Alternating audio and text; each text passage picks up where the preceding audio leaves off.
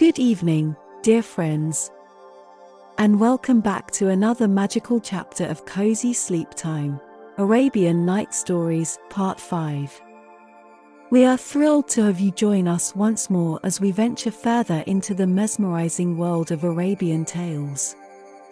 As the night's tranquility descends and the stars glisten above, it's the perfect moment to embark on a journey toward deep and restful sleep. Find your sanctuary, dim the lights, and nestle into your coziest spot. In Part 5 of our series, we have carefully selected stories to help prepare your mind and body for the most rejuvenating slumber imaginable. Each narrative is a soothing balm for the soul, guiding you toward a realm of peaceful dreams. But before we immerse ourselves in the enchanting tales of Arabian Nights, we invite you to make this experience even more delightful. Please give us a like to show that you're ready for a bedtime adventure. Share your thoughts in the comments below. And consider sharing the magic with your friends and family. Your engagement supports our channel and fosters a sense of community as we collectively seek the tranquility of a restful night's sleep. Now, as we embark on Part 5, allow the enchantment of the Arabian Nights to soothe you into the deepest and most peaceful slumber. The sands of time are shifting, and your dreams are ready to take flight on the wings of tranquil sleep. Like, comment, share, and subscribe. Let's continue this captivating journey together. Nureddin and the Fair Persian. Bulsara was the capital of a kingdom long tributary to the Caliph. During the time of the Caliph Harun al-Rashid, the king of Bulsara, who was his cousin, was called Zanibi. Not thinking one vizier enough for the administration of his estates, he had two, named Khakan and Sawi. Khakan was kind, generous, and liberal, and took pleasure in obliging, as far as in him lay, those who had business with him. Throughout the entire kingdom there was no one who did not esteem and praise him as he deserved. Sawi was quite a different character, and repelled everyone with whom he came in contact. He was always gloomy, and, in spite of his great riches, so miserly that he denied himself even the necessaries of life. What made him particularly detested was the great aversion he had to Khakan, of whom he never ceased to speak evil to the king. One day, while the king amused himself talking with his two viziers and other members of the council, the conversation turned on female slaves. While some declared that it sufficed for a slave to be beautiful, others, and Khakan was among the number, maintained that beauty alone was not enough, but that it must be accompanied by wit, wisdom, modesty, and, if possible, knowledge. The king not only declared himself to be of this opinion, but charged Khakan to procure him a slave who should fulfill all these conditions. Sawi, who had been of the opposite side, and was jealous of the honor done to Khakan, said, "Sire, it will be very difficult to find a slave as accomplished as your majesty desires, and, if she is to be found, she will be cheap if she cost less than 10,000 gold pieces." "Sawi," answered the king, "you seem to find that a very great sum. For you it may be so, but not for me." And forthwith he ordered his grand treasurer, who was present, to send 10,000 gold pieces to Khakan for the purchase of the slave. As soon, then, as Khakan returned home, he sent for the dealers in female slaves, and charged them directly they had found such a one as he described to inform him. They promised to do their utmost, and no day passed that they did not bring a slave for his inspection, but none was found without some defect. At length, early one morning, while Khakan was on his way to the king's palace, a dealer, throwing himself in his way, announced eagerly that a Persian merchant, arrived late the previous evening, had a slave to sell whose wit and wisdom were equal to her incomparable beauty. Khakan, overjoyed at this news, gave orders that the slave should be brought for his inspection on his return from the palace. The dealer appearing at the appointed hour, Khakan found the slave beautiful beyond his expectations, and immediately gave her the name of the fair Persian. Being a man of great wisdom and learning, he perceived in the short conversation he had with her that he would seek in vain another slave to surpass her in any of the qualities required by the king, and therefore asked the dealer what price the merchant put upon her. "Sir," was the answer, "for less than 10,000 gold pieces he will not let her go. He declares that, what with masters for her instruction, and for bodily exercises, not to speak of clothing and nourishment, he has already spent that sum upon her. She is in every way fit to be the slave of a king. She plays every musical instrument, she sings, she dances, she makes verses, in fact there is no accomplishment in which she does not excel." Khakan, who was better able to judge of her merits than the dealer, wishing to bring the matter to a conclusion, sent for the merchant, and said to him, "It is not for myself that I wish to buy your slave, but for the king. Her price, however, is too high." "Sir," replied the merchant, "I should esteem it an honor to present her to His Majesty, did it become a merchant to do such a thing. I ask no more than the sum it has cost me to make her such as she is." Khakan, not wishing to bargain, immediately had the sum counted out, and given to the merchant, who before withdrawing said, "Sir, as she is destined for the king, I would have you observe that she is extremely tired with the long journey, and before presenting her to His Majesty you would do well to keep her a fortnight in your own house, and to see that a little care is bestowed upon her. The sun has tanned her complexion, but when she has been 2 or 3 times to the bath, and is fittingly dressed, you will see how much her beauty will be increased." Khakan thanked the merchant for his advice, and determined to follow it. He gave the beautiful Persian an apartment near to that of his wife, whom he charged to treat her as befitting a lady destined for the king, and to order for her the most magnificent garments. Before bidding adieu to the fair Persian, he said to her, "No happiness can be greater than what I have procured for you. Judge for yourself. You now belong to the king. I have, however, to warn you of one thing.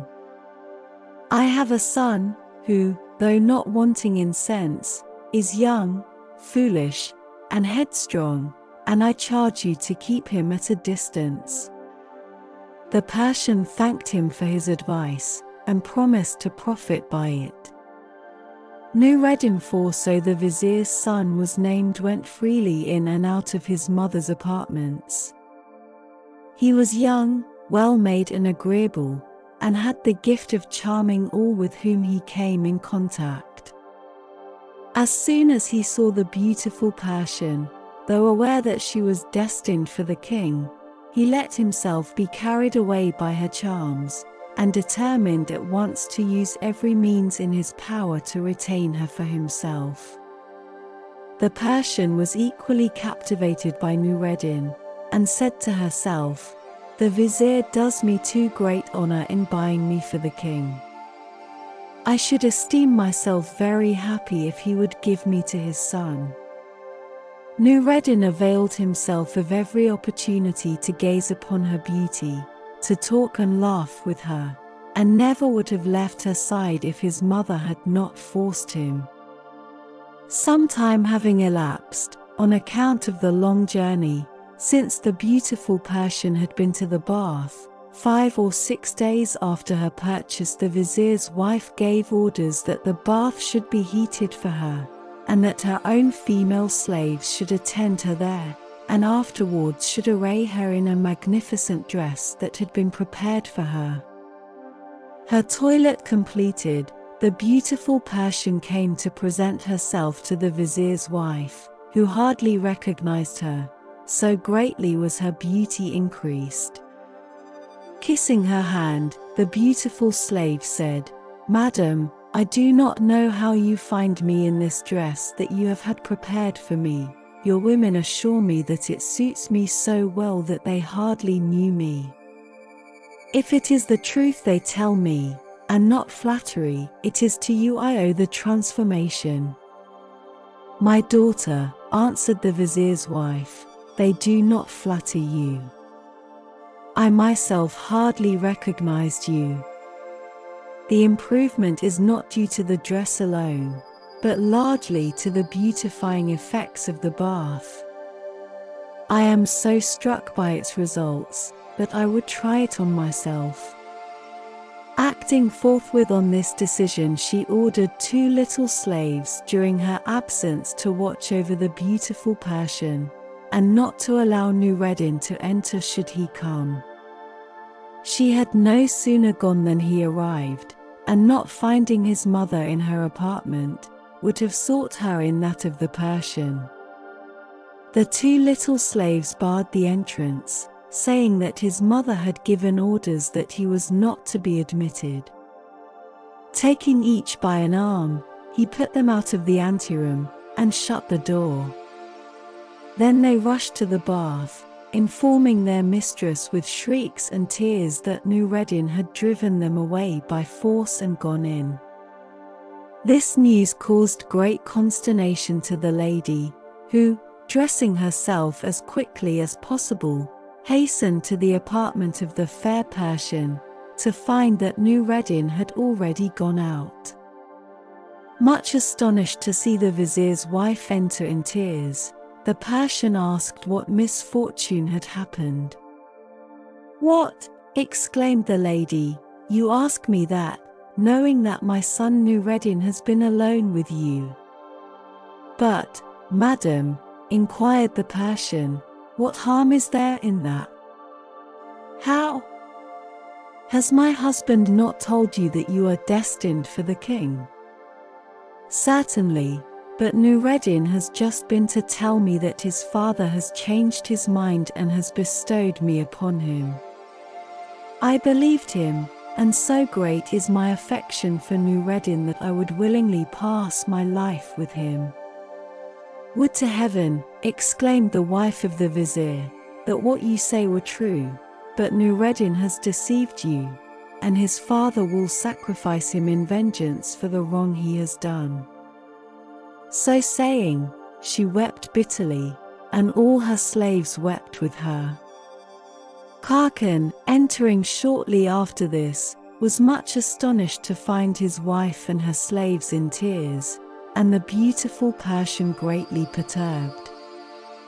He inquired the cause, but for some time no answer was forthcoming. When his wife was at length sufficiently calm to inform him of what had happened, his rage and mortification knew no bounds. Wringing his hands and rending his beard, he exclaimed, "Wretched son! Thou destroyest not only thyself but thy father. The king will shed not only thy blood but mine." His wife tried to console him, saying, "Do not torment thyself. With the sale of my jewels I will obtain 10,000 gold pieces, and with this sum you will buy another slave." "Do not suppose," replied her husband, "that it is the loss of the money that affects me. My honor is at stake, and that is more precious to me than all my wealth. You know that Sawi is my mortal enemy. He will relate all this to the king, and you will see the consequences that will ensue." "My lord," said his wife, I am quite aware of Sawi's baseness, and that he is capable of playing you this malicious trick. But how can he or anyone else know what takes place in this house? Even if you are suspected and the king accuses you, you have only to say that, after examining the slave, you did not find her worthy of his majesty. Reassure why ourselves, and send to the dealers, saying that you are not satisfied, and wish them to find you another slave. This advice appearing reasonable, Khakan decided to follow it, but his wrath against his son did not abate. Nureddin dared not appear all that day, and fearing to take refuge with his usual associates in case his father should seek him there, he spent the day in a secluded garden where he was not known. He did not return home till after his father had gone to bed, and went out early next morning before the vizier awoke, and these precautions he kept up during an entire month. His mother, though knowing very well that he returned to the house every evening, dare not ask her husband to pardon him.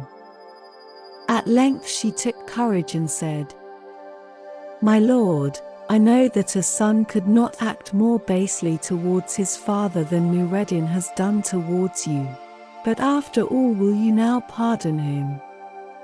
Do you not consider the harm you may be doing yourself, and fear that malicious people, seeking the cause of your estrangement, may guess the real one?" "Madam," replied the vizier, "what you say is very just, but I cannot pardon Nureddin before I have mortified him as he deserves." "He will be sufficiently punished," answered the lady, "if you do as I suggest. In the evening, when he returns home, lie in wait for him and pretend that you will slay him. I will come to his aid, and while pointing out that you only yield his life at my supplications, you can force him to take the beautiful Persian on any conditions you please." Khakan agreed to follow this plan, and everything took place as arranged. On Nureddin's return, Khakan pretended to be about to slay him, but yielding to his wife's intercession, said to his son, "You owe your life to your mother. I pardon you on her intercession, and on the conditions that you take the beautiful Persian for your wife, and not your slave, that you never sell her, nor put her away." Nureddin, not hoping for so great indulgence, thanked his father, and vowed to do as he desired. Khakan was at great pains frequently to speak to the king of the difficulties attending the commission he had given him, but some whispers of what had actually taken place did reach Sawi's ears. More than a year after these events, the minister took a chill, leaving the bath while still heated to go out on important business. This resulted in inflammation of the lungs, which rapidly increased. The vizier, feeling that his end was at hand, sent for Nureddin, and charged him with his dying breath never to part with the beautiful Persian. Shortly afterwards he expired, leaving universal regret throughout the kingdom. Rich and poor alike followed him to the grave. Nureddin showed every mark of the deepest grief at his father's death, and for long refused to see anyone.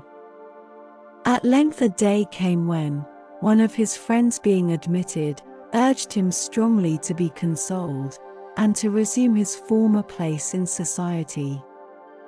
This advice Nureddin was not slow to follow, and soon he formed little society of 10 young men all about his own age, with whom he spent all his time in continual feasting and merrymaking. Sometimes the fair Persian consented to appear at these festivities, but she disapproved of this lavish expenditure, and did not scruple to warn Nureddin of the probable consequences. He, however, only laughed at her advice, saying, that his father had always kept him in too great constraint, and that now he rejoiced at his newfound liberty. What added to the confusion in his affairs was that he refused to look into his accounts with his steward, sending him away every time he appeared with his book. "See only that I live well," he said, "and do not disturb me about anything else." Not only did Nureddin's friends constantly partake of his hospitality, but in every way they took advantage of his generosity. Everything of his that they admired, whether land, houses, baths, or any other source of his revenue, he immediately bestowed on them. In vain the Persian protested against the wrong he did himself. He continued to scatter with the same lavish hand.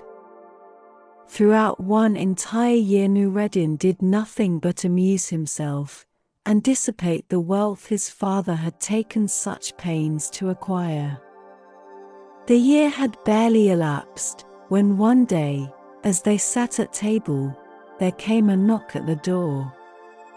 The slaves having been sent away, Nureddin went to open it himself. One of his friends had risen at the same time, but Nureddin was before him, and finding the intruder to be the steward, he went out and closed the door. The friend, curious to hear what passed between them, hid himself behind the hangings, and heard the following words. "My lord," said the steward, "I beg 1,000 pardons for interrupting you, but what I have long foreseen has taken place. Nothing remains of the sums you gave me for your expenses, and all other sources of income are also at end, having been transferred by you to others. If you wish me to remain in your service, furnish me with the necessary funds, else I must withdraw." So great was Nureddin's consternation that he had not a word to say in reply. The friend, who had been listening behind the curtain, immediately hastened to communicate the news to the rest of the company. "If this is so," they said, "we must cease to come here." Nureddin re-entering at that moment, they plainly saw, in spite of his efforts to dissemble, that what they had heard was the truth. One by one they rose, and each with a different excuse left the room, till presently he found himself alone, though little suspecting the resolution his friends had taken. Then, seeing the beautiful Persian, he confided to her the statement of the steward, with many expressions of regret for his own carelessness. "Had I but followed your advice, beautiful Persian," he said, "all this would not have happened, but at least I have this consolation, that I have spent my fortune in the company of friends who will not desert me in an hour of need. Tomorrow I will go to them, and amongst them they will lend me a sum sufficient to start in some business." Accordingly next morning early Nureddin went to seek his 10 friends, who all lived in the same street. Knocking at the door of the first and chief, the slave who opened it left him to wait in a hall while he announced his visit to his master. Nureddin, he heard him exclaim quite audibly, "Tell him, every time he calls, that I am not at home." The same thing happened at the second door, and also at the third, and so on with all the 10. Nureddin, much mortified, recognized too late that he had confided in false friends, who abandoned him in his hour of need. Overwhelmed with grief, he sought consolation from the beautiful Persian. "Alas, my lord," she said, "at last you are convinced of the truth of what I foretold. There is now no other resource left but to sell your slaves and your furniture." First then he sold the slaves, and subsisted for a time on the proceeds. After that the furniture was sold, and as much of it was valuable it sufficed for some time. Finally this resource also came to an end, and again he sought counsel from the beautiful Persian. "My lord," she said, "I know that the late vizier, your father, bought me for 10,000 gold pieces, and though I have diminished in value since, I should still fetch a large sum. Do not therefore hesitate to sell me, and with the money you obtain go and establish yourself in business in some distant town." "Charming Persian," answered Nureddin, "how could I be guilty of such baseness? I would die rather than part from you whom I love better than my life." "My lord," she replied, "I am well aware of your love for me, which is only equaled by mine for you, but a cruel necessity obliges us to seek the only remedy." Nureddin, convinced at length of the truth of her words, yielded, and reluctantly led her to the slave market, where, showing her to a dealer named Haggai Hassan, he inquired her value. Taking them into a room apart, Haggai Hassan exclaimed as soon as she had unveiled, "My lord, is not this the slave your father bought for 10,000 pieces?" On learning that it was so, he promised to obtain the highest possible price for her. Leaving the beautiful Persian shut up in the room alone, he went out to seek the slave merchants, announcing to them that he had found the pearl among slaves, and asking them to come and put a value upon her.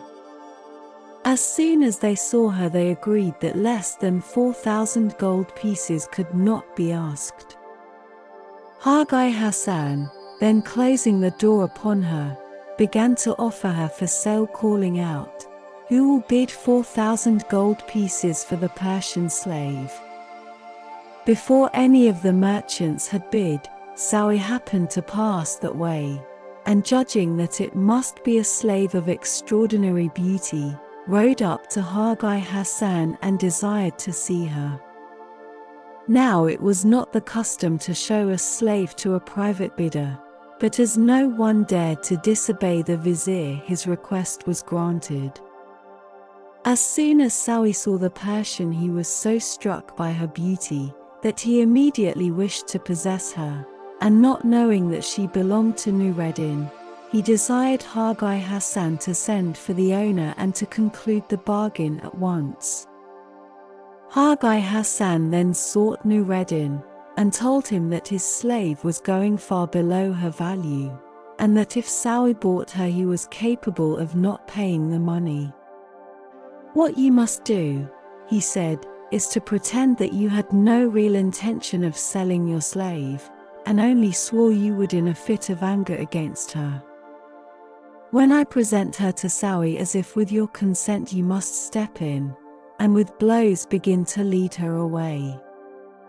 Nureddin did as Haggai Hassan advised, to the great wrath of Sawi, who riding straight at him endeavored to take the beautiful Persian from him by force. Nureddin, letting her go, seized Sawi's horse by the bridle, and, encouraged by the applause of the bystanders, dragged him to the ground, beat him severely, and left him in the gutter stream, ing with blood. Then, taking the beautiful Persian, he returned home amidst the acclamations of the people, who detested Sawi so much that they would neither interfere in his behalf nor allow his slaves to protect him. Covered from head to foot with mire and streaming with blood he rose, and leaning on 2 of his slaves went straight to the palace, where he demanded an audience of the king, to whom he related what had taken place in these words: "May it please your majesty, I had gone to the slave market to buy myself a cook. While there I heard a slave being offered for 4,000 pieces. Asking to see her, I found she was of incomparable beauty, and was being sold by Nureddin, the son of your late vizier, to whom your majesty will remember giving a sum of 10,000 gold pieces for the purchase of a slave. This is the identical slave, whom instead of bringing to your majesty he gave to his own son. Since the death of his father, this Nureddin has run through his entire fortune, has sold all his possessions, and is now reduced to selling the slave. Calling him to me, I said, Nureddin, I will give you 10,000 gold pieces for your slave, whom I will present to the king. I will interest him at the same time in your behalf, and this will be worth much more to you than what extra money you might obtain from the merchants. Bad old man, he exclaimed, rather than sell my slave to you, I would give her to a Jew. But, Nureddin, I remonstrated, you do not consider that in speaking thus you wrong the king, to whom your father owed everything. This remonstrance only irritated him the more. Throwing himself on me like a madman, he tore me from my horse, beat me to his heart's content, and left me in the state your majesty sees. So saying, Sawi turned aside his head and wept bitterly. The king's wrath was kindled against Nureddin. He ordered the captain of the guard to take with him 40 men, to pillage Nureddin's house, to raze it to the ground, and to bring Nureddin and the slave to him. A doorkeeper, named Sanjia, who had been a slave of Karkan's, hearing this order given, slipped out of the king's apartment, and hastened to warn Nureddin to take flight instantly with the beautiful Persian. Then, presenting him with 40 gold pieces, he disappeared before Nureddin had time to thank him. As soon, then, as the fair Persian had put on her veil, they fled together, and had the good fortune to get out of the town without being observed. At the mouth of the Euphrates they found a ship just about to start for Baghdad. They embarked, and immediately the anchor was raised and they set sail. When the captain of the guard reached Nureddin's house, he caused his soldiers to burst open the door and to enter by force, but no trace was to be found of Nureddin and his slave, nor could the neighbors give any information about them. When the king heard that they had escaped, he issued a proclamation that a reward of 1,000 gold pieces would be given to whoever would bring him Nureddin and the slave, but that, on the contrary, whoever hid them would be severely punished. Meanwhile, Nureddin and the fair Persian had safely reached Baghdad. When the vessel had come to an anchor, they paid 5 gold pieces for their passage and went ashore. Never having been in Baghdad before, they did not know where to seek a lodging. Wandering along the banks of the Tigris, they skirted a garden enclosed by a high wall. The gate was shut, but in front of it was an open vestibule with a sofa on either side. "Here," said Nureddin, "let us pass the night," and reclining on the sofas they soon fell asleep. Now this garden belonged to the Caliph. In the middle of it was a vast pavilion, whose superb saloon had 80 windows, each window having a lustre, lit solely when the Caliph spent the evening there. Only the doorkeeper lived there, an old soldier named Shaykh Ibrahim, who had strict orders to be very careful whom he admitted, and never to allow anyone to sit on the sofas by the door. It happened that evening that he had gone out on an errand. When he came back and saw 2 persons asleep on the sofas, he was about to drive them out with blows, but drawing nearer he perceived that they were a handsome young man and beautiful young woman, and decided to awake them by gentler means. Nureddin, on being awoke, told the old man that they were strangers, and merely wished to pass the night there. "Come with me," said Shaykh Ibrahim, "I will lodge you better, and will show you a magnificent garden belonging to me." So saying, the doorkeeper led the way into the Caliph's garden, the beauties of which filled them with wonder and amazement. Nureddin took out 2 gold pieces, and giving them to Shaykh Ibrahim said, "I beg you to get us something to eat that we may make merry together." Being very avaricious, Shaykh Ibrahim determined to spend only the 10th part of the money and to keep the rest to himself. While he was gone, Nureddin and the Persian wandered through the gardens and went up the white marble staircase of the pavilion as far as the locked door of the saloon. On the return of Shaykh Ibrahim, they begged him to open it, and to allow them to enter and admire the magnificence within. Consenting, he brought not only the key, but a light, and immediately unlocked the door. Nureddin and the Persian, entering, were dazzled with the magnificence they beheld.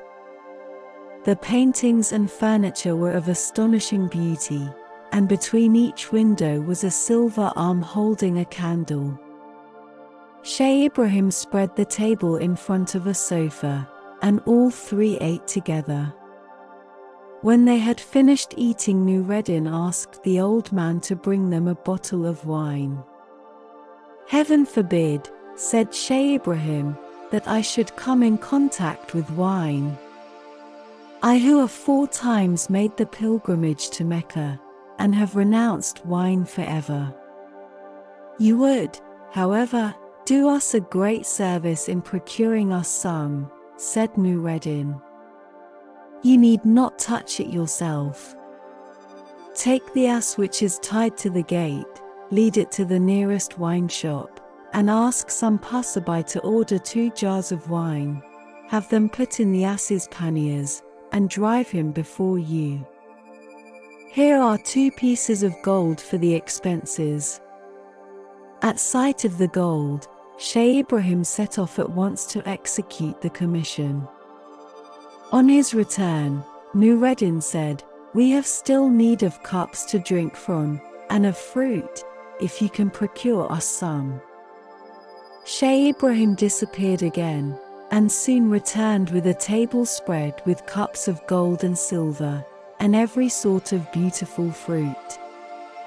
Then he withdrew, in spite of repeated invitations to remain.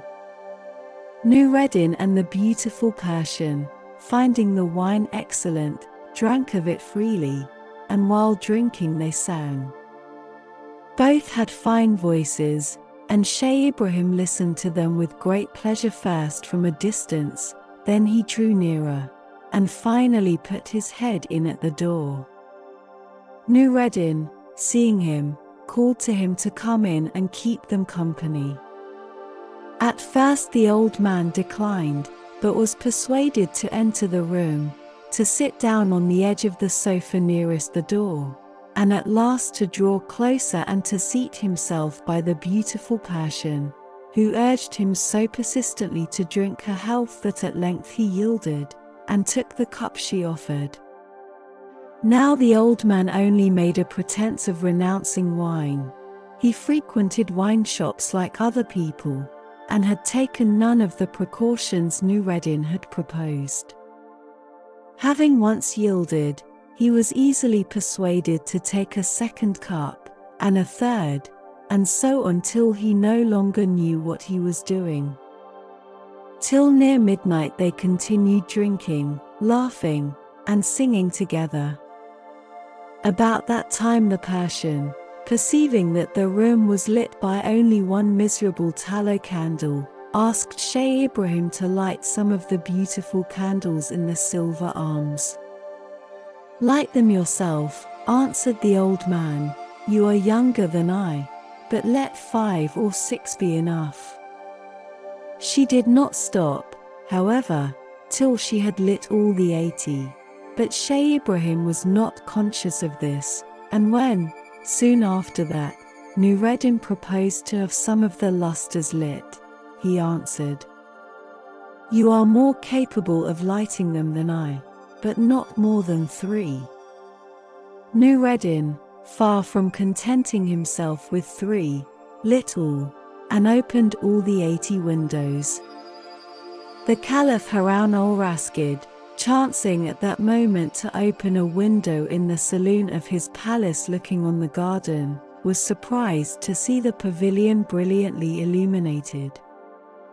Calling the Grand Vizier, Ja'far, he said to him, "Negligent Vizier, look at the pavilion, and tell me why it is lit up when I am not there." When the Vizier saw that it was as the Caliph said, he trembled with fear, and immediately invented an excuse. "Commander of the Faithful," he said, "I must tell you that 4 or 5 days ago Shaykh Ibrahim told me that he wished to have an assembly of the ministers of his mosque, and asked permission to hold it in the pavilion. I granted his request, but forgot since to mention it to your majesty." "Ja'far," replied the Caliph, "you have committed 3 faults. First, in giving the permission; second, in not mentioning it to me; and third, in not investigating the matter more closely. For punishment I condemn you to spend the rest of the night with me in company of these worthy people. While I dress myself as a citizen, go and disguise yourself, and then come with me." When they reached the garden gate they found it open, to the great indignation of the Caliph. The door of the pavilion being also open, he went softly upstairs, and looked in at the half-closed door of the saloon. Great was his surprise to see Shaykh Ibrahim, whose sobriety he had never doubted, drinking and singing with a young man and a beautiful lady. The Caliph, before giving way to his anger, determined to watch and see who the people were and what they did. Presently Shaykh Ibrahim asked the beautiful Persian if anything were wanting to complete her enjoyment of the evening. "If only," she said, "I ha d an instrument upon which I might play." Shaykh Ibrahim immediately took a lute from a cupboard and gave it to the Persian, who began to play on it, singing the while with such skill and taste that the Caliph was enchanted. When she ceased he went softly downstairs and said to the Vizier, "Never have I heard a finer voice, nor the lute better played. I am determined to go in and make her play to me." "Commander of the Faithful," said the Vizier, "if Shaykh Ibrahim recognizes you he will die of fright." "I should be sorry for that," answered the Caliph, "and I am going to take steps to prevent it. Wait here till I return." Now the Caliph had caused a bend in the river to form a lake in his garden. There the finest fish in the Tigris were to be found, but fishing was strictly forbidden. It happened that night, however, that a fisherman had taken advantage of the gate being open to go in and cast his nets. He was just about to draw them when he saw the Caliph approaching. Recognizing him at once in spite of his disguise, he threw himself at his feet imploring forgiveness. "Fear nothing," said the Caliph, "only rise up and draw thy nets." The fisherman did as he was told, and produced 5 or 6 fine fish, of which the Caliph took the 2 largest. Then he desired the fisherman to change clothes with him, and in a few minutes the Caliph was transformed into a fisherman, even to the shoes and the turban. Taking the 2 fish in his hand, he returned to the Vizier, who, not recognizing him, would have sent him about his business. Leaving the Vizier at the foot of the stairs, the Caliph went up and knocked at the door of the saloon. Nureddin opened it, and the Caliph, standing on the threshold, said, "Shaykh Ibrahim, I am the fisher Karim. Seeing that you are feasting with your friends, I bring you these fish." Nureddin and the Persian said that when the fishes were properly cooked and dressed they would gladly eat of them. The Caliph then returned to the vizier, and they set to work in Shaykh Ibrahim's house to cook the fish, of which they made so tempting a dish that Nureddin and the fair Persian ate of it with great relish. When they had finished, Nureddin took 30 gold pieces, all that remained of what Sanjia had given him, and presented them to the Caliph, who, thanking him, asked as a further favor if the lady would play him one piece on the lute. The Persian gladly consented, and sang and played so as to delight the Caliph. Nureddin, in the habit of giving to others whatever they admired, said, "Fisherman, as she pleases you so much, take her, she is yours." The fair Persian, astounded that he should wish to part from her, took her lute, and with tears in her eyes sang her reproaches to its music. The Caliph, still in the character of fisherman, said to him, "Sir, I perceive that this fair lady is your slave. Oblige me, I beg you, by relating your history."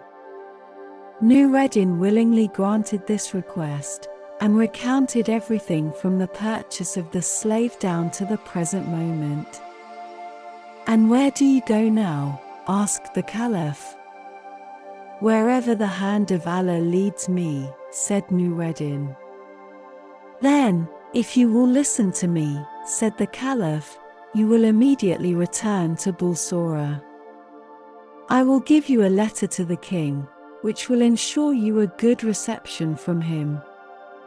"It is an unheard of thing," said Nureddin, "that a fisherman should be in correspondence with a king." "Let not that astonish you," answered the Caliph. "We studied together, and have always remained the best of friends, though fortune, while making him a king, left me a humble fisherman." The Caliph then took a sheet of paper, and wrote the following letter, at the top of which he put in very small characters this formula to show that he must be implicitly obeyed, in the name of the most merciful God. Letter of the Caliph Harun al-Rashid to the King of Bulsora. Harun al-Rashid, son of Mahdi, sends this letter to Mohammed Zinibi, his cousin. As soon as Nureddin, son of the Vizier Karkan, bearer of this letter, has given it to thee, and thou hast read it, take off thy royal mantle, put it on his shoulders, and seat him in thy place without fail. Farewell. The Caliph then gave this letter to Nureddin, who immediately set off, with only what little money he possessed when Sanjia came to his assistance. The beautiful Persian, inconsolable at his departure, sank on a sofa bathed in tears. When Nureddin had left the room, Shaykh Ibrahim, who had hitherto kept silence, said, "Karim, for 2 miserable fish thou hast received a purse and a slave. I tell thee I will take the slave, and as to the purse, if it contains silver thou mayst keep 1 piece, if gold then I will take all and give thee what copper pieces I have in my purse." Now here it must be related that when the Caliph went upstairs with the plate of fish he ordered the vizier to hasten to the palace and bring back 4 slaves bearing a change of raiment, who should wait outside the pavilion till the Caliph should clap his hands.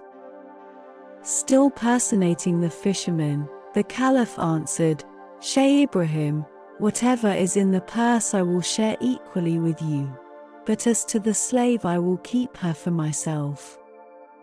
If you do not agree to these conditions you shall have nothing." The old man, furious at this insolence as he considered it, took a cup and threw it at the Caliph, who easily avoided a missile from the hand of a drunken man. It hit against the wall, and broke into 1,000 pieces. Shaykh Ibrahim, still more enraged, then went out to fetch a stick. The Caliph at that moment clapped his hands, and the vizier and the 4 slaves entering took off the fisherman's dress and put on him that which they had brought. When Shaykh Ibrahim returned, a thick stick in his hand, the Caliph was seated on his throne, and nothing remained of the fisherman but his clothes in the middle of the room. Throwing himself on the ground at the Caliph's feet, he said, "Commander of the faithful, your miserable slave has offended you, and craves forgiveness." The Caliph came down from his throne, and said, "Rise, I forgive thee." Then turning to the Persian he said, "Fair lady, now you know who I am, learn also that I have sent Nureddin to Bulsora to be king, and as soon as all necessary preparations are made I will send you there to be queen. Meanwhile I will give you an apartment in my palace, where you will be treated with all honor." At this the beautiful Persian took courage, and the Caliph was as good as his word, recommending her to the care of his wife Zobayda. Nureddin made all haste on his journey to Bulsora, and on his arrival there went straight to the palace of the king, of whom he demanded an audience.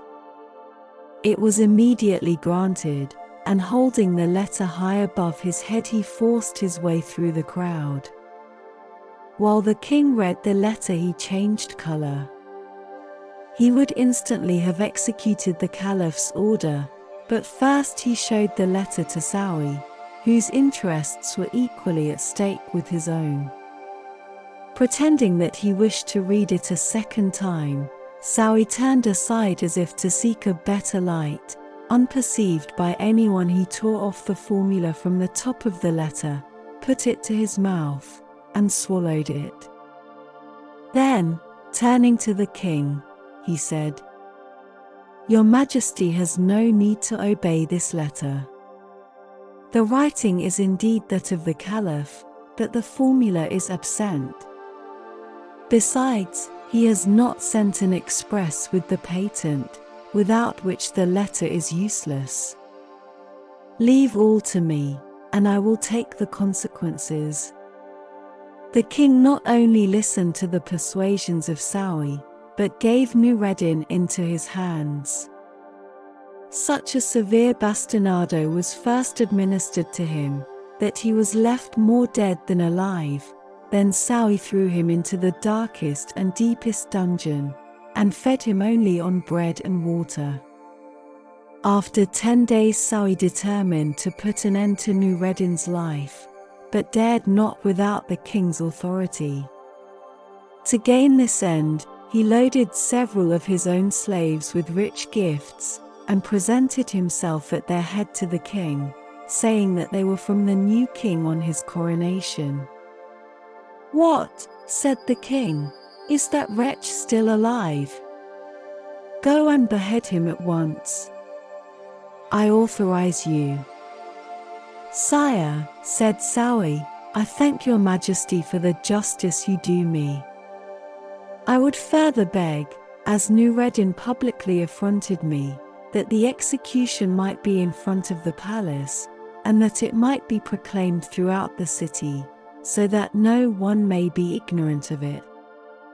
The king granted these requests, and the announcement caused universal grief, for the memory of Nureddin's father was still fresh in the hearts of his people. Sawi, accompanied by 20 of his own slaves, went to the prison to fetch Nureddin, whom he mounted on a wretched horse without a saddle. Arrived at the palace, Sawi went into the king, leaving Nureddin in the square, hemmed in not only by Sawi's slaves but by the royal guard, who had great difficulty in preventing the people from rushing in and rescuing Nureddin.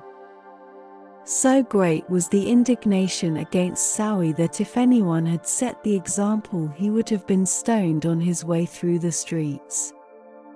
Sawi, who witnessed the agitation of the people from the windows of the king's privy chambers, called to the executioner to strike at once. The king, however, ordered him to delay.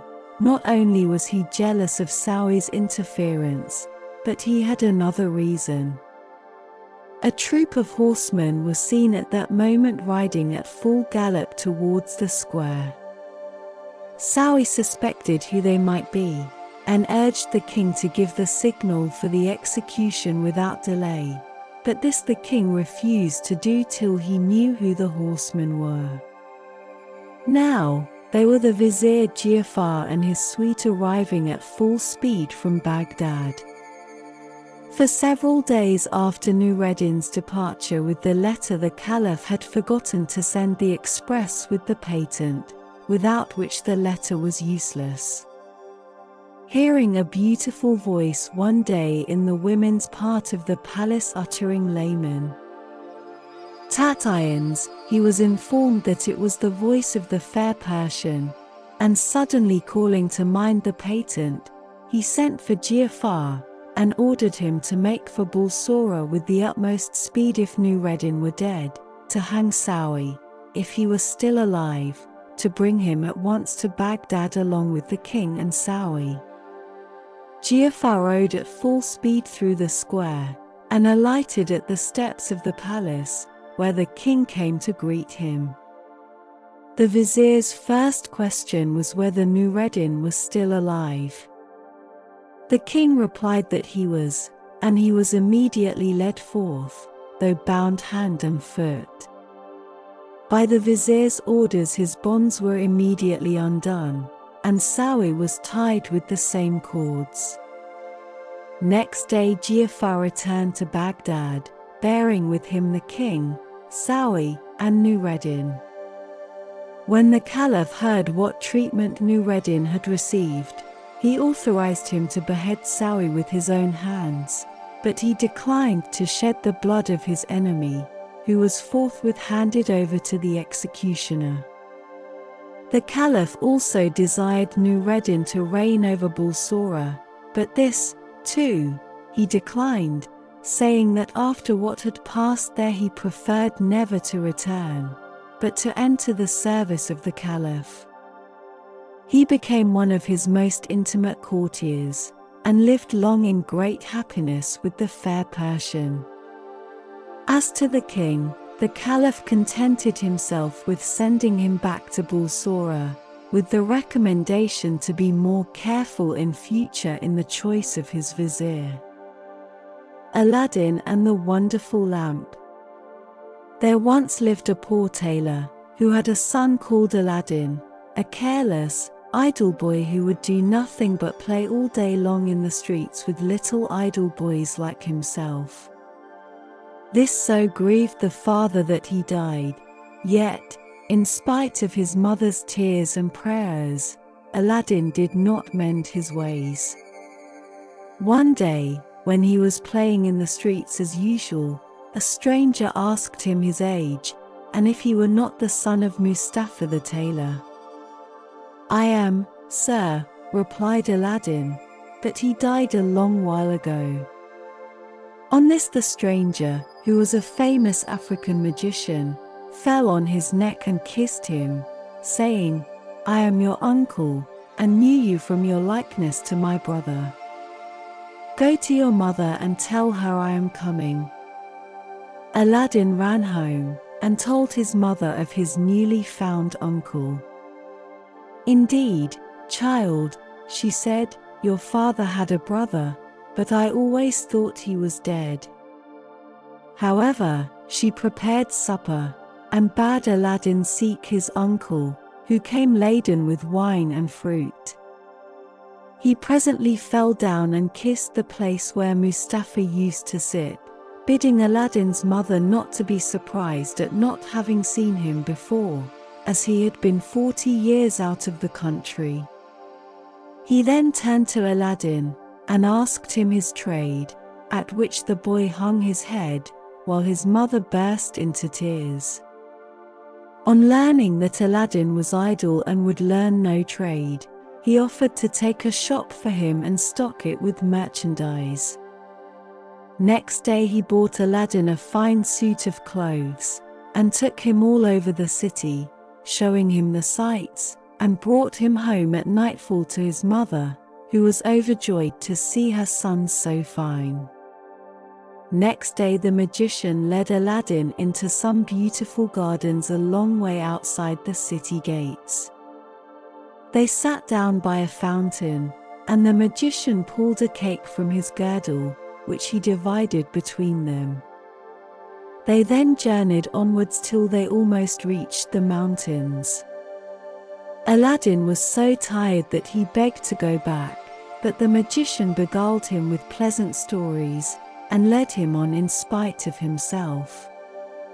At last they came to two mountains divided by a narrow valley. "We will go no farther," said the false uncle. "I will show you something wonderful, only do you gather up sticks while I kindle a fire." When it was lit, the magician threw on it a powder he had about him, at the same time saying some magical words. The earth trembled a little and opened in front of them, disclosing a square flat stone with a brass ring in the middle to raise it by. Aladdin tried to run away, but the magician caught him and gave him a blow that knocked him down. "What have I done, uncle?" he said piteously, whereupon the magician said more kindly, "Fear nothing, but obey me. Beneath this stone lies a treasure which is to be yours, and no one else may touch it, so you must do exactly as I tell you." At the word treasure, Aladdin forgot his fears, and grasped the ring as he was told, saying the names of his father and grandfather. The stone came up quite easily and some steps appeared. "Go down," said the magician. "At the foot of those steps you will find an open door leading into 3 large halls. Tuck up your gown and go through them without touching anything, or you will die instantly. These halls lead into a garden of fine fruit trees. Walk until you come to a niche in a terrace where stands a lighted lamp. Pour out the oil it contains and bring it to me." He drew a ring from his finger and gave it to Aladdin, bidding him prosper. Aladdin found everything as the magician had said, gathered some fruit off the trees, and, having got the lamp, arrived at the mouth of the cave. The magician cried out in a great hurry, "Make haste and give me the lamp." This Aladdin refused to do until he was out of the cave. The magician flew into a terrible passion, and throwing some more powder on the fire, he said something, and the stone rolled back into its place. The magician left Persia forever, which plainly showed that he was no uncle of Aladdin's, but a cunning magician who had read in his magic books of a wonderful lamp, which would make him the most powerful man in the world. Though he alone knew where to find it, he could only receive it from the hand of another. He had picked out the foolish Aladdin for this purpose, intending to get the lamp and kill him afterwards. For 2 days Aladdin remained in the dark, crying and lamenting. At last he clasped his hands in prayer, and in so doing rubbed the ring, which the magician had forgotten to take from him. Immediately an enormous and frightful genie rose out of the earth, saying, "What wouldst thou with me? I am the slave of the ring, and will obey thee in all things." Aladdin fearlessly replied, "Deliver me from this place," whereupon the earth opened, and he found himself outside. As soon as his eyes could bear the light he went home, but fainted on the threshold. When he came to himself he told his mother what had passed, and showed her the lamp and the fruits he had gathered in the garden, which were in reality precious stones. He then asked for some food. "Alas, child," she said, "I have nothing in the house, but I have spun a little cotton and will go and sell it." Aladdin bade her keep her cotton, for he would sell the lamp instead. As it was very dirty, she began to rub it, that it might fetch a higher price. Instantly a hideous genie appeared, and asked what she would have. She fainted away, but Aladdin, snatching the lamp, said boldly, "Fetch me something to eat." The genie returned with a silver bowl, 12 silver plates containing rich meats, 2 silver cups, and 2 bottles of wine. Aladdin's mother, when she came to herself, said, "Whence comes this splendid feast?" "Ask not, but eat," replied Aladdin. So they sat at breakfast till it was dinner time, and Aladdin told his mother about the lamp. She begged him to sell it, and have nothing to do with devils. "No," said Aladdin, "since chance has made us aware of its virtues, we will use it and the ring likewise, which I shall always wear on my finger." When they had eaten all the genie had brought, Aladdin sold one of the silver plates, and so until none were left. He then had recourse to the genie, who gave him another set of plates, and thus they lived for many years. One day Aladdin heard an order from the Sultan proclaimed that everyone was to stay at home and close his shutters while the princess, his daughter, went to and from the bath. Aladdin was seized by a desire to see her face, which was very difficult, as she always went veiled. He hid himself behind the door of the bath, and peeped through a chink.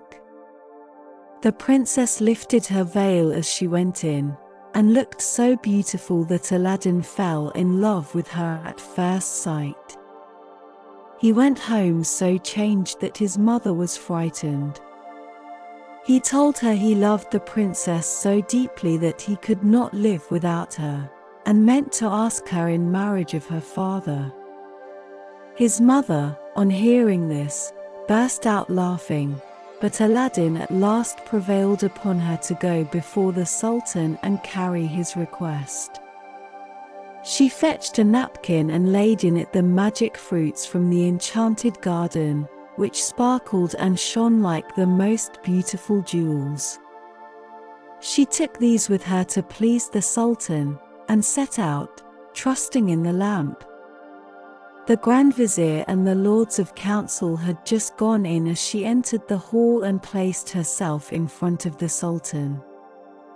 He, however, took no notice of her. She went every day for a week, and stood in the same place. When the council broke up on the 6th day, the Sultan said to his vizier, "I see a certain woman in the audience chamber every day carrying something in a napkin. Call her next time, that I may find out what she wants." Next day, at a sign from the vizier, she went up to the foot of the throne, and remained kneeling till the Sultan said to her, "Rise, good woman, and tell me what you want." She hesitated, so the Sultan sent away all but the vizier, and bade her speak freely, promising to forgive her beforehand for anything she might say. She then told him of her son's violent love for the princess. "I prayed him to forget her," she said, "but in vain. He threatened to do some desperate deed if I refused to go and ask your majesty for the hand of the princess. Now I pray you to forgive not me alone, but my son Aladdin." The Sultan asked her kindly what she had in the napkin, whereupon she unfolded the jewels and presented them. He was thunderstruck, and turning to the vizier said, "What sayest thou?" Ought I not to bestow the princess on one who values her at such a price?" The vizier, who wanted her for his own son, begged the sultan to withhold her for 3 months, in the course of which he hoped his son would contrive to make him a richer present. The sultan granted this, and told Aladdin's mother that, though he consented to the marriage, she must not appear before him again for 3 months. Aladdin waited patiently for nearly 3 months, but after 2 had elapsed, his mother, going into the city to buy oil, found everyone rejoicing, and asked what was going on. "Do you not know," was the answer, "that the son of the Grand Vizier is to marry the Sultan's daughter tonight?" Breathless, she ran and told Aladdin, who was overwhelmed at first, but presently bethought him of the lamp. He rubbed it, and the genie appeared, saying, "What is thy will?"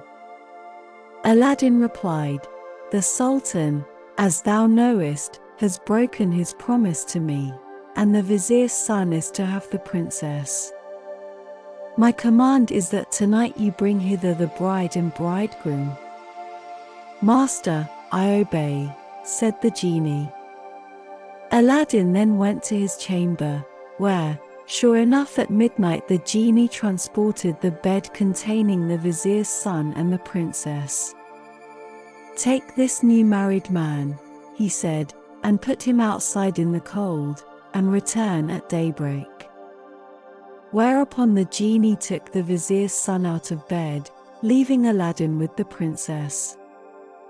"Fear nothing," Aladdin said to her, "you are my wife, promised to me by your unjust father, and no harm shall come to you." The princess was too frightened to speak, and passed the most miserable night of her life, while Aladdin lay down beside her and slept soundly. At the appointed hour the genie fetched in the shivering bridegroom, laid him in his place, and transported the bed back to the palace. Presently the sultan came to wish his daughter good morning. The unhappy vizier's son jumped up and hid himself, while the princess would not say a word, and was very sorrowful. The sultan sent her mother to her, who said, "How comes it, child, that you will not speak to your father? What has happened?" The princess sighed deeply, and at last told her mother how, during the night, the bed had been carried into some strange house, and what had passed there. Her mother did not believe her in the least, but bade her rise and consider it an idle dream. The following night exactly the same thing happened, and next morning, on the princess's refusing to speak, the sultan threatened to cut off her head. She then confessed all, bidding him ask the vizier's son if it were not so. The sultan told the vizier to ask his son, who owned the truth, adding that, dearly as he loved the princess, he had rather die than go through another such fearful night, and wished to be separated from her.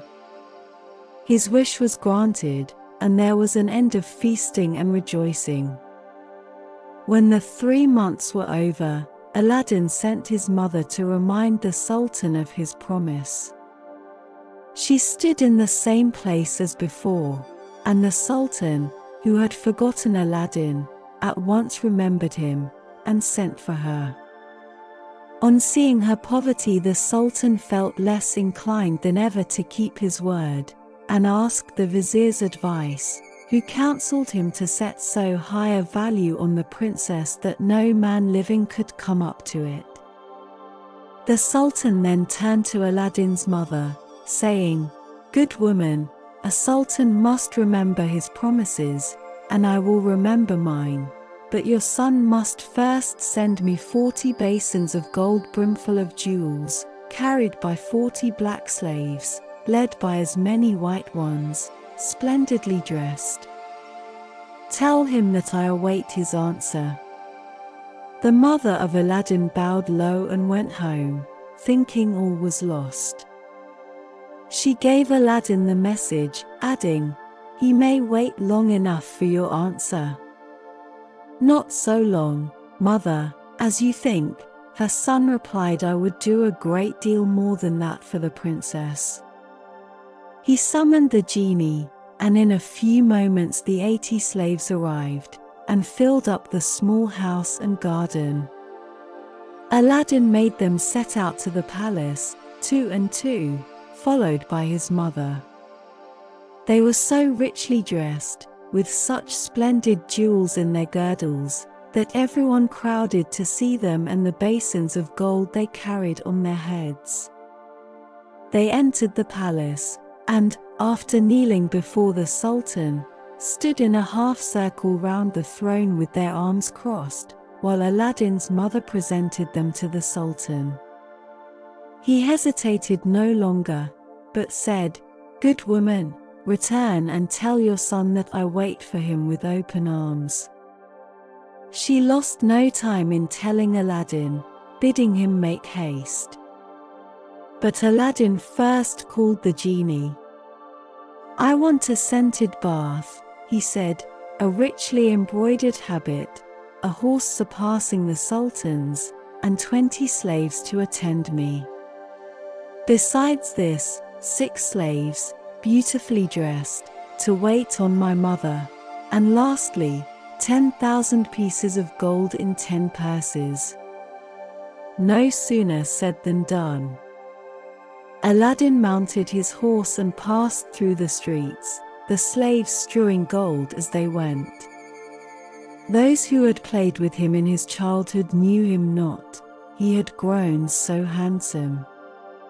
When the Sultan saw him, he came down from his throne, embraced him, and led him into a hall where a feast was spread, intending to marry him to the princess that very day. But Aladdin refused, saying, "I must build a palace fit for her," and took his leave. Once home, he said to the genie, "Build me a palace of the finest marble, set with jasper, agate, and other precious stones. In the middle you shall build me a large hall with a dome, its 4 walls of massy gold and silver, each side having 6 windows, whose lattices, all except one, which is to be left unfinished, must be set with diamonds and rubies. There must be stables and horses and grooms and slaves. Go and see about it." The palace was finished by next day, and the genie carried him there and showed him all his orders faithfully carried out, even to the laying of a velvet carpet from Aladdin's palace to the Sultan's. Aladdin's mother then dressed herself carefully, and walked to the palace with her slaves, while he followed her on horseback. The Sultan sent musicians with trumpets and cymbals to meet them, so that the air resounded with music and cheers. She was taken to the princess, who saluted her and treated her with great honor. At night the princess said goodbye to her father, and set out on the carpet for Aladdin's palace, with his mother at her side, and followed by the 100 slaves. She was charmed at the sight of Aladdin, who ran to receive her. "Princess," he said, "blame your beauty for my boldness if I have displeased you." She told him that, having seen him, she willingly obeyed her father in this matter. After the wedding had taken place, Aladdin led her into the hall, where a feast was spread, and she supped with him, after which they danced till midnight. Next day Aladdin invited the Sultan to see the palace. On entering the hall with the 24 windows, with their rubies, diamonds, and emeralds, he cried, "It is a world's wonder! There is only one thing that surprises me. Was it by accident that one window was left unfinished?" "No, sir, by design, returned Aladdin. "I wished your Majesty to have the glory of finishing this palace." The Sultan was pleased, and sent for the best jewelers in the city. He showed them the unfinished window, and bade them fit it up like the others. "Sir," replied their spokesman, "we cannot find jewels enough." The Sultan had his own fetched, which they soon used, but to no purpose, for in a month's time the work was not half done. Aladdin, knowing that their task was vain, bade them undo their work and carry the jewels back, and the genie finished the window at his command. The Sultan was surprised to receive his jewels again and visited Aladdin, who showed him the window finished. The Sultan embraced him, the envious vizier meanwhile hinting that it was the work of enchantment. Aladdin had won the hearts of the people by his gentle bearing. He was made captain of the Sultan's armies, and won several battles for him, but remained modest and courteous as before, and lived thus in peace and content for several years. But far away in Africa the magician remembered Aladdin, and by his magic arts discovered that Aladdin, instead of perishing miserably in the cave, had escaped, and had married a princess, with whom he was living in great honor and wealth. He knew that the poor tailor's son could only have accomplished this by means of the lamp, and traveled night and day till he reached the capital of China, bent on Aladdin's ruin. As he passed through the town he heard people talking everywhere about a marvelous palace. "Forgive my ignorance," he asked, "what is this palace you speak of?" "Have you not heard of Prince Aladdin's palace?" was the reply, "the greatest wonder of the world. I will direct you if you have a mind to see it." The magician thanked him who spoke, and having seen the palace knew that it had been raised by the genie of the lamp, and became half mad with rage. He determined to get hold of the lamp, and again plunge Aladdin into the deepest poverty. Unluckily, Aladdin had gone a-hunting for 8 days, which gave the magician plenty of time. He bought 12 copper lamps, put them into a basket, and went to the palace, crying, "New lamps for old," followed by a jeering crowd. The princess, sitting in the hall of 24 windows, sent a slave to find out what the noise was about, who came back laughing, so that the princess scolded her. "Madam," replied the slave, "who can help laughing to see an old fool offering to exchange fine new lamps for old ones?" Another slave, hearing this, said, "There is an old one on the cornice there which he can have." Now this was the magic lamp, which Aladdin had left there, as he could not take it out hunting with him. The princess, not knowing its value, laughingly bade the slave take it and make the exchange. She went and said to the magician, "Give me a new lamp for this." He snatched it and bade the slave take her choice, amid the jeers of the crowd.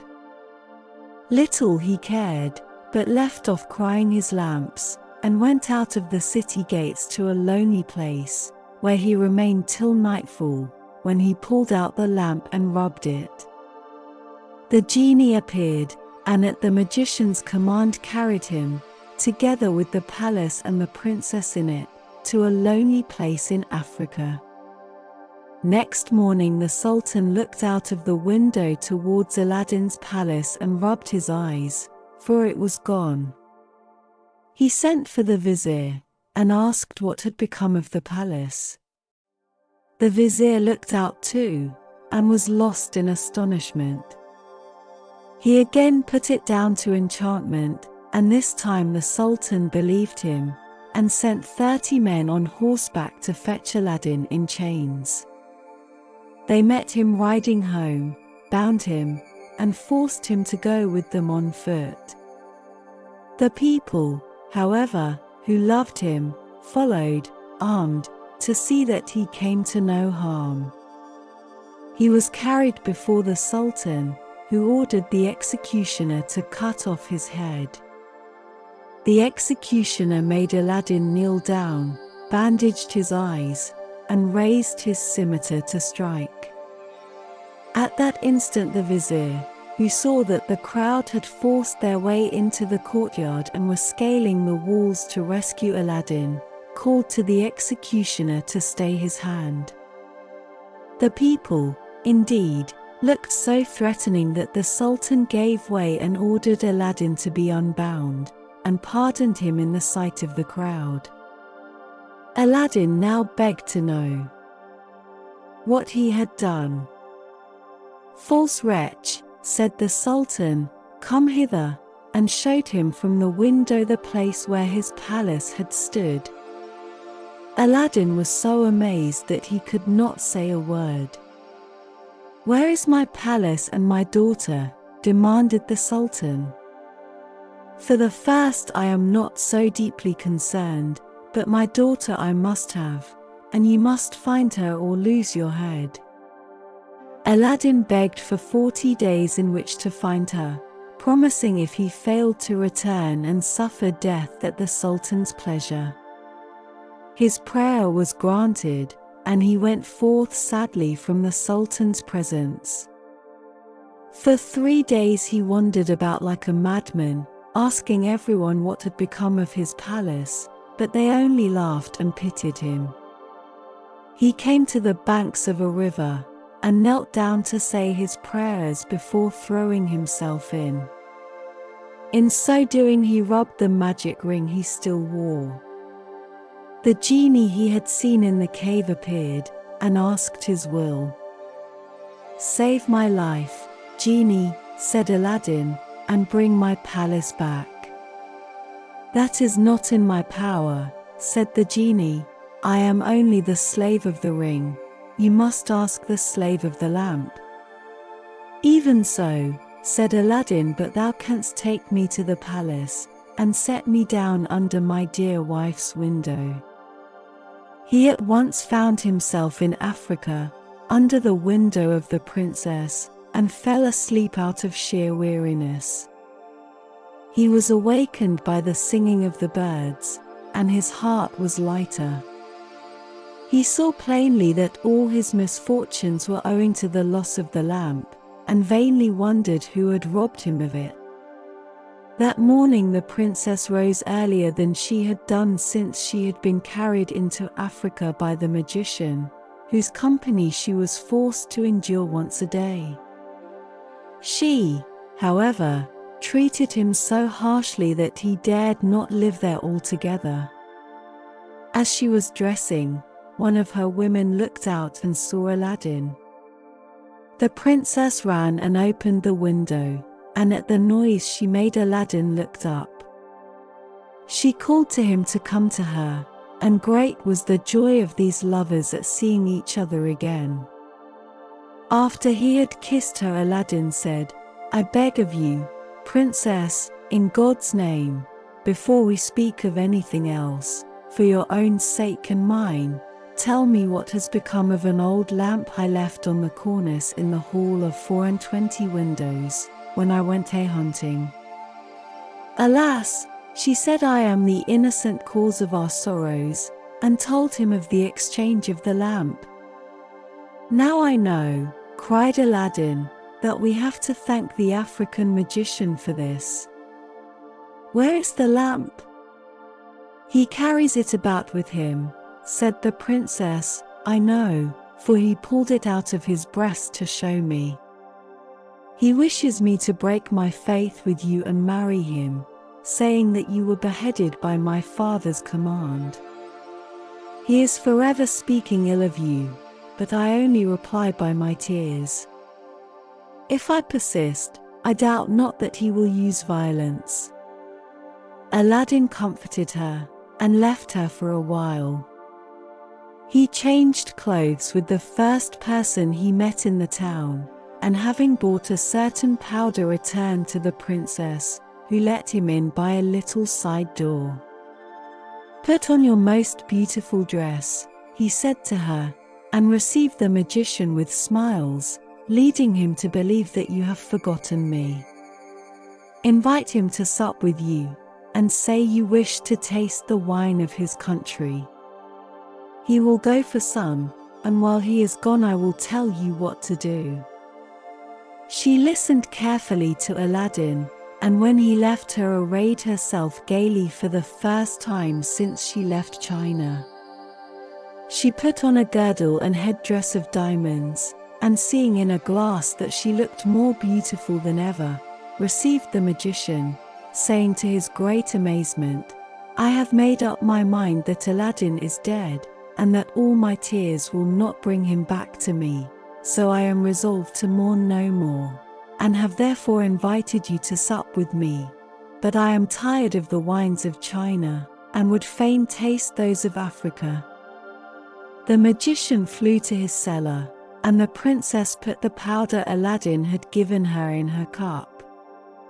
When he returned she asked him to drink her health in the wine of Africa, handing him her cup in exchange for his as a sign she was reconciled to him. Before drinking, the magician made her a speech in praise of her beauty, but the princess cut him short, saying, "Let me drink first, and you shall say what you will afterwards." She set her cup to her lips and kept it there, while the magician drained his to the dregs and fell back lifeless. The princess then opened the door to Aladdin, and flung her arms round his neck, but Aladdin put her away, bidding her to leave him, as he had more to do.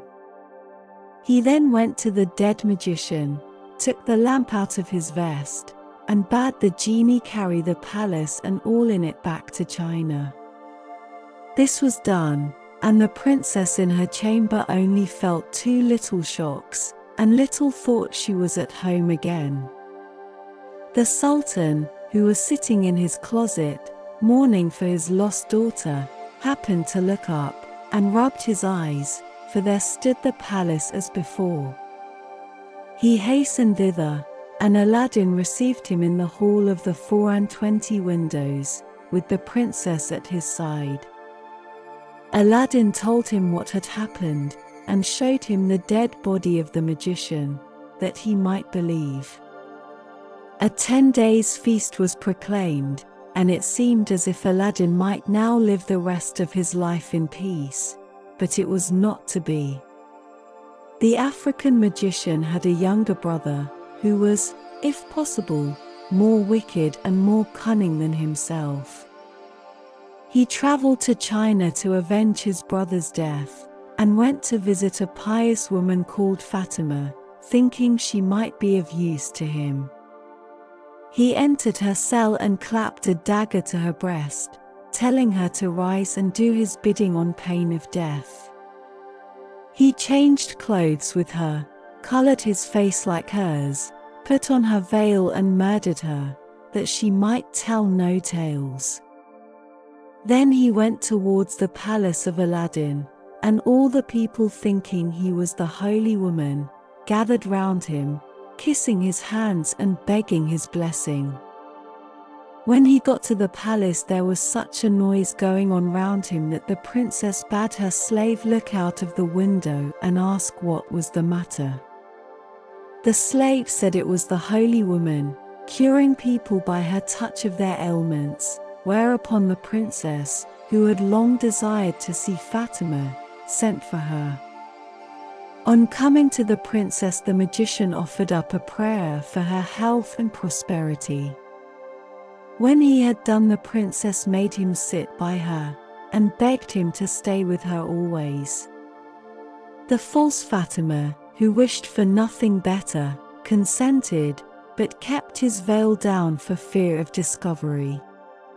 The princess showed him the hall, and asked him what he thought of it.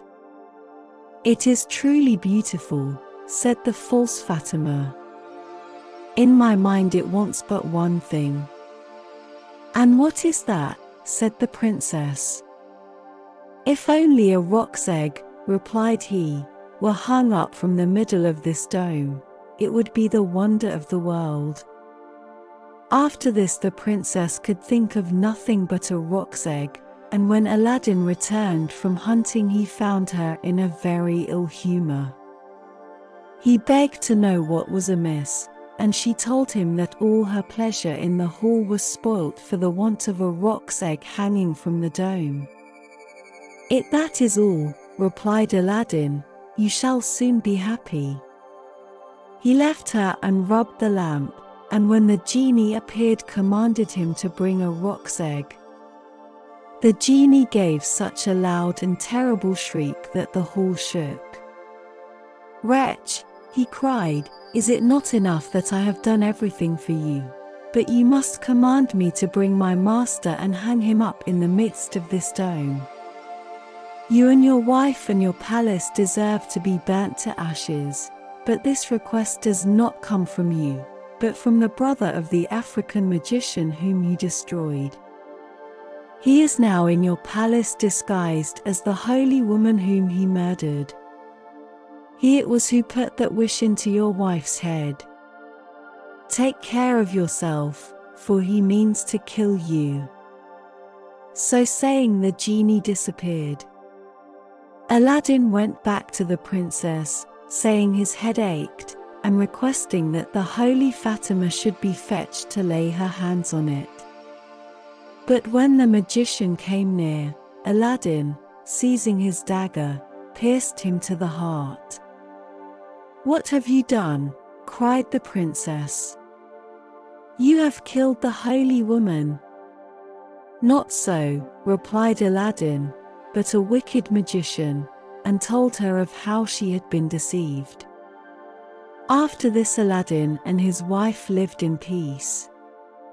He succeeded the Sultan when he died, and reigned for many years, leaving behind him a long line of kings. As the night's serenity deepens and the stars twinkle above, we draw the curtains on another captivating chapter of cozy sleep time. Arabian Night Stories, Part 5. We hope this journey has drawn you closer to a night of profound, restful sleep, and that the tales of Arabian Nights have cradled you in tranquility. Now, before you embark on your own voyage to dreamland, we invite you to prepare your sleep sanctuary. Dim the lights, find your coziest corner, and let the evening enchantment linger in your thoughts. If you've found solace in our storytelling and wish to support our mission of providing bedtime bliss, please consider engaging with us.